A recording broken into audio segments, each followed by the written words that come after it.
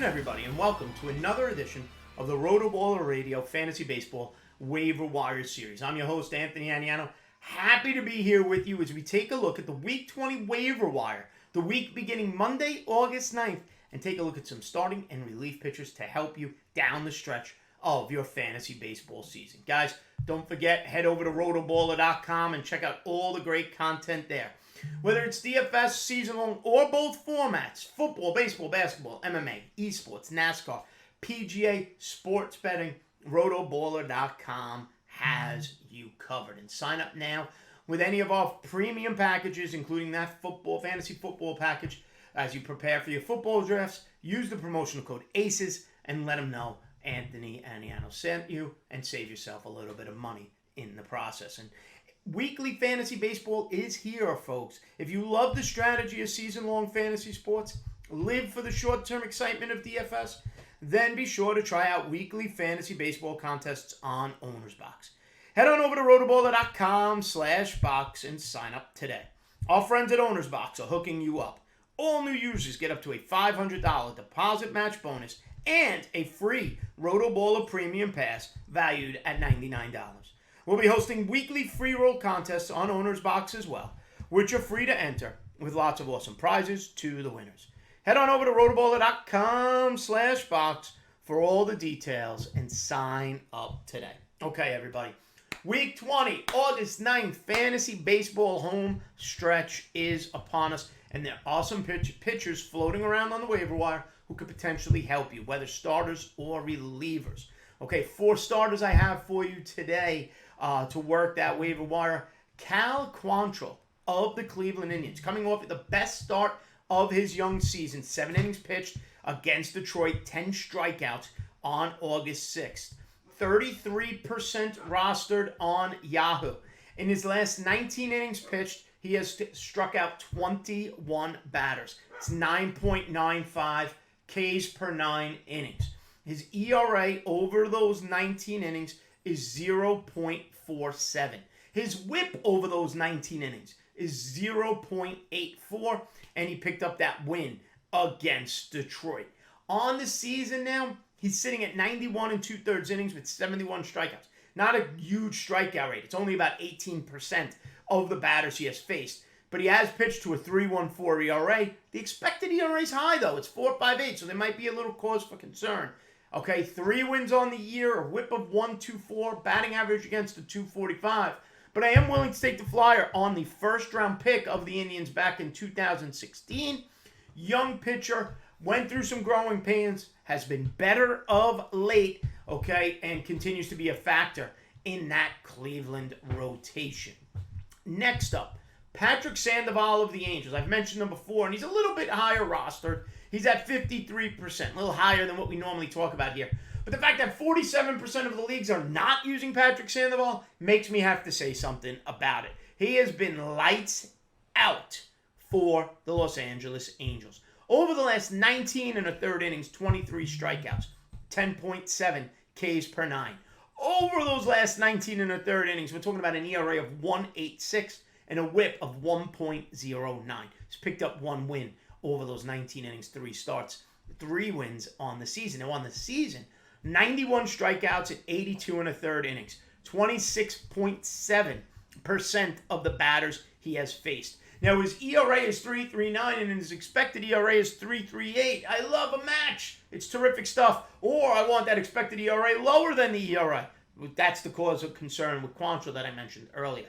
Batting average against is outstanding, 213. The whip is 119. Patrick Sandoval, 53% rostered. His next start is August 13th. I forgot to mention, Quantrill's next start, August 11th, against the Oakland Athletics. Back to Sandoval, his next start, August 13th. Up next, Logan Webb of the San Francisco Giants, 46% rostered. 17 strikeouts in his last 18 innings, 8.5 Ks per 9. Over those 18 innings, 3 starts, an ERA of 2, a whip of 0.89. His next start is August 12th against the Colorado Rockies. On the season now, 82 strikeouts and 79 innings pitched, 25.2% of the batters he has faced. His ERA sits at 3.19. His expected ERA is 3.51. They're right there. Sign me up. I like it. Batting average against is 231. The whip is at 1.16. And he's actually picked up 5 wins and will continue to have the opportunity to get wins playing for the San Francisco Giants, the team with the best record in the National League. And finally, my final starting pitcher, Kyle Muller of the Atlanta Braves, 41% rostered. In his last 14 2/3 innings, 13 strikeouts. Got hit a little bit in his last start. Maybe even drive down his value a little bit, and you could swoop in and grab him. I'm not worried about that last start all that much because over those last 14 2/3 innings, 3 starts, okay, 2.45 ERA, 7.9 Ks per 9 innings, and a whip of 1.09. On the season, it's over a K per 9, 36 strikeouts and 34 1/3, an ERA of 2.88 and 8 expected ERA of 3.23. Good enough for me. I like it. Batting average against the best of the bunch, 179. Huge factor for me. Tough to hit. Love it. Whip is at 1.11. He's got 2 wins on the season. Okay, so those are my 4 starters. All young arms, 25 and younger. Kale Quantrill, Patrick Sandoval, Logan Webb, Kyle Muller. Go get all of them if you're able to do so. Now, as far as the bullpen arms, all veterans, all 30 and older, and all guys who have acquired saves over the last 2 weeks and will have the opportunity to get more saves. The ageless Tyler Clippard, who on the season has only pitched 7 innings, okay? But over the last 14 days has pitched 6 of those with 5 strikeouts in 6 innings, 17% rostered.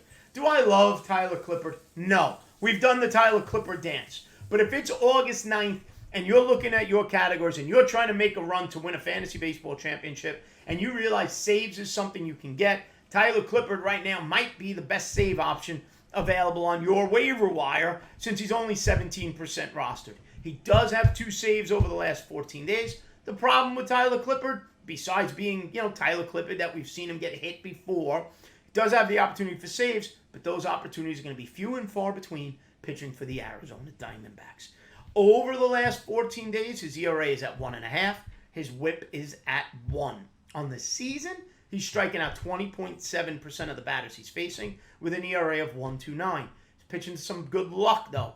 That expected ERA is over 4. Okay, batting average against is 240, and that whip on the season is an even 1. Okay, so Tyler Clippard has been effective. He's picked up a couple of saves and could be the closer for Arizona down the stretch. Cole Sulser of the Baltimore Orioles. Batting average against on the season is 200, so I like him. Again, like Clippard, not an opportunity to grab a ton of saves pitching for a last-place team. However, he is only 16% rostered. Over the last 5 1/3 innings, 6 innings pitched, over 10 Ks per 9 innings. His ERA over those last 5 1/3, over the last 14 days, sits at 1.69, and his whip sits at 0.56. 1 win, 2 saves over the last 14 days, 5 1/3 innings, and still only 16% rostered. On the season, he's got 55 strikeouts in 41 1/3 innings. That's nothing to sneeze at. That's 32% of the batters he has faced. His ERA is 2.83. His expected ERA is 3.36, and his whip is 1.19. And like I mentioned at the start, batting average against an even 200 with 5 saves on the year. Throws about 93 miles per hour. Alex Colome of the Minnesota Twins. He's reclaimed that closer job for another last-place team. And that's the problem with all of these closers today. They're all on last-place teams. But a few saves here and there can help you in the standings. Colome, 31% rostered. Last 5 1/3 innings, 2 saves, 4 strikeouts. 6.75 Ks per 9 and an ERA of 3.38. So he has pitched better in the last 14 days because his ERA on the season still is at 4.43. 37 strikeouts in 40 2/3 innings, a whip of 1.45. Now he's been hittable, 259, 4 saves on the year. I'm not a huge Colome fan. He's been hit this year, but again, saves. If you're chasing saves, these are the guys that are out there. And finally, a committee member, Dylan Floro of Miami, sharing the job with Bender in Miami. But Florio's got 2 saves over the last 14 days, only 26% rostered, 4 strikeouts in 5 1/3. But his ERA is 1.69. He's pitched well. His whip is 0.75. throws about 93, 94 miles an hour. On the year, his ERA is 2.64. His batting average against is 2.13. Floro's pitched well. Okay, now with 4 saves total on the season, 40 strikeouts in 44 and 1/3 innings. Are these closers inspiring? Are you getting Mariano Rivera? No, you're not.